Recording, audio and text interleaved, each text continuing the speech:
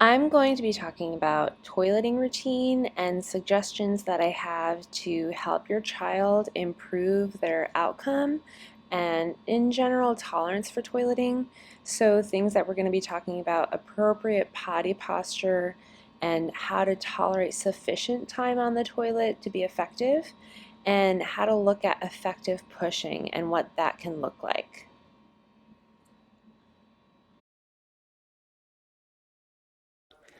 I'm going to demonstrate on a chair, not on the toilet.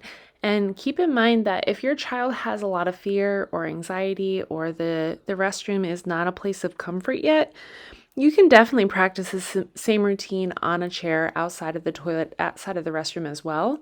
And then progress as they get more comfortable with this whole routine and the things that you're having them practice, transition into the restroom as they feel more comfortable. In general, the steps that you want to follow are pretty important but pretty simple. So the first is just to make sure that your child is in an appropriate position. And I have another video that talks a little bit more in depth about that. But basically that means knees above hips, feet supported, upper body relaxed. Once they've achieved that, then you can move on to the relaxation and belly breathing part of the routine, followed by belly pushing, and then 1 to 2 minutes of rest time. And then after you complete that, your child is going to cycle through that as many times as they can tolerate, up to about 10 to 15 minutes. So what that means is going through a couple of reps of belly breathing, and then a couple of repetitions of belly pushing, and then a 1 to 2 minute break while they sustain that good relaxed position on the toilet. So they can do whatever they'd like to be able to take a break from pushing and participating in toileting. So that could mean tablet time or reading or music or just sitting and resting. But then they're going to cycle back through that active participation part. During that toileting routine, if your child reaches about 10 or 15 minutes on the toilet, or they're just not tolerating it and it's not a great, positive, calm environment, then I would say to stop that toileting attempt and try again later. But if your child is going through those cycles and they have a successful bowel movement, there are a couple of things that you can do. So if the bowel movement is larger than their fist volume, then I would say complete one more round of those belly breaths and belly pushing, to see if there's any more stool ready to come out. If they go through that additional cycle of belly breathing and belly pushing and no other stool comes out, then stop and you're done. But if more stool does continue to come out, and so your child thinks that they're done, they've had some bowel movement, and then they go through another cycle and more stool continues to be evacuated, continue through those cycles until that bowel movement is complete. So the first step to the toileting routine is really all about position. So knees at the level or above the level of the hips, feet supported on a stool. In this particular video, this stool is a little bit high for this particular chair, but every toilet is different. So check out my other video about toileting position. This right here is a great position. So relaxed, forward trunk, keeping your knees above hips, and just in general, your whole body's relaxed. Moving on to cycling through the actual routine on the toilet. So the first step is belly breathing. So I call it belly breathing with my kids, but the technical term is diaphragmatic breathing. And so this type of breathing actually stimulates our parasympathetic nervous system. And so that stimulates our rest and digest.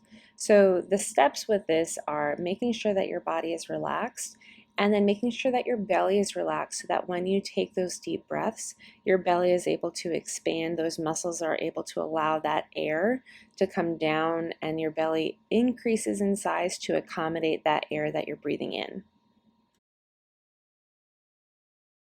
I'm going to move my leg down so that you can see my belly, but my body stays calm and relaxed, and I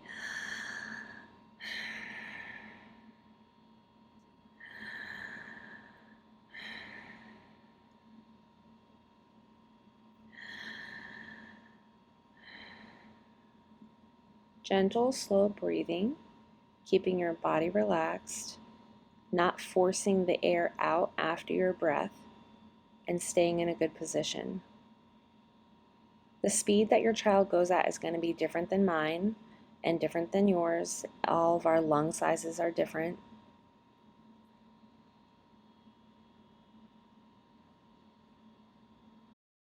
As your child continues to do belly breaths, make sure that their chest isn't rising and shoulders aren't rising. Their back stays still. Some kids like to arch backwards and their shoulders rise up to practice belly breathing. If that's the case, go back to practicing belly breathing laying on the floor, and I have another video that talks about that.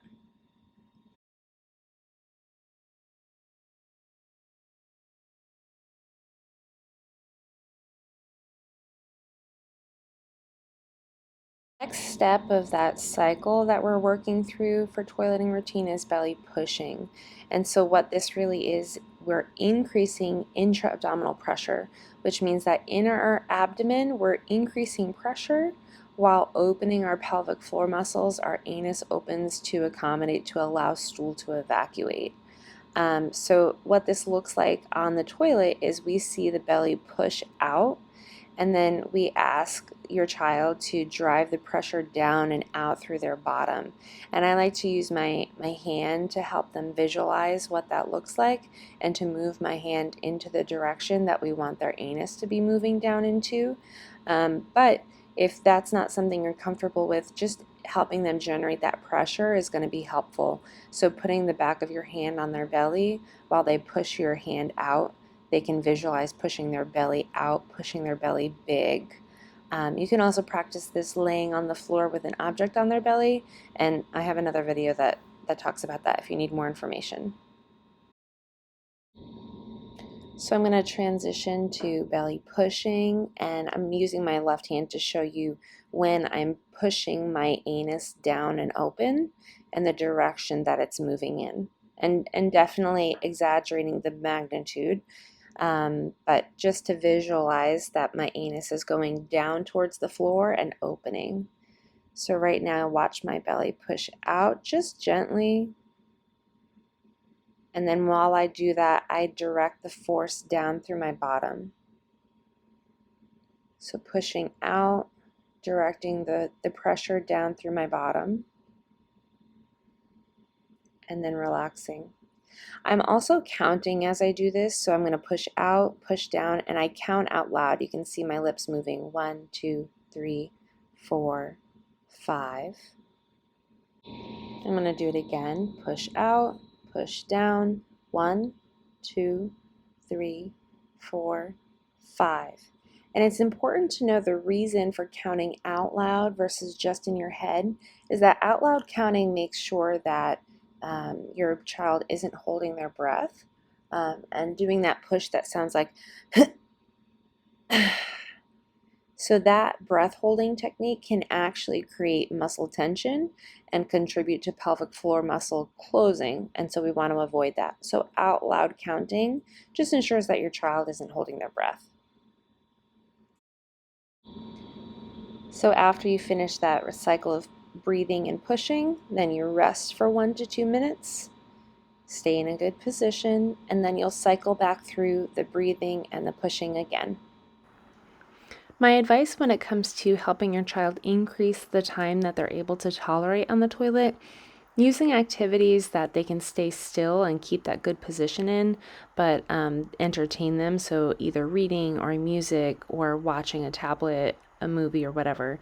That's going to help them increase their time to be able to sit, and then you can cycle through the active participation of toileting again. You do want to find a balance, though, of challenging them to increase their time that they will tolerate on the toilet, but also acknowledging that the task of toileting needs to be calm and peaceful. And so if they're reaching a point where they're just not tolerating it anymore, they're really vocalizing that they want to get off and they're starting to move their body a little bit, find an appropriate challenge. So you can say, hey, 5 more seconds, or 1 more round. Let's do 1 more round, or 3 more belly breaths, and give them a light at the end of the tunnel so that you can challenge them to increase their tolerance, but also help them to stay calm and relaxed while they're moving through that cycle of toileting routine. When you're in that rest period, you want to look at your child's feet, make sure they're not moving, make sure they're not moving their upper body at all. So all this movement creates muscle tension and kind of works against what we just tried so hard to do, which was relax the bottom and help the stool move out. Things to look to avoid, excessive forward bending. We talked about breath holding, feet dangling. Just in general, this is a review of positions that you want to avoid, but I do have that additional video that talks about optimal positioning, so that's something you can refer back to.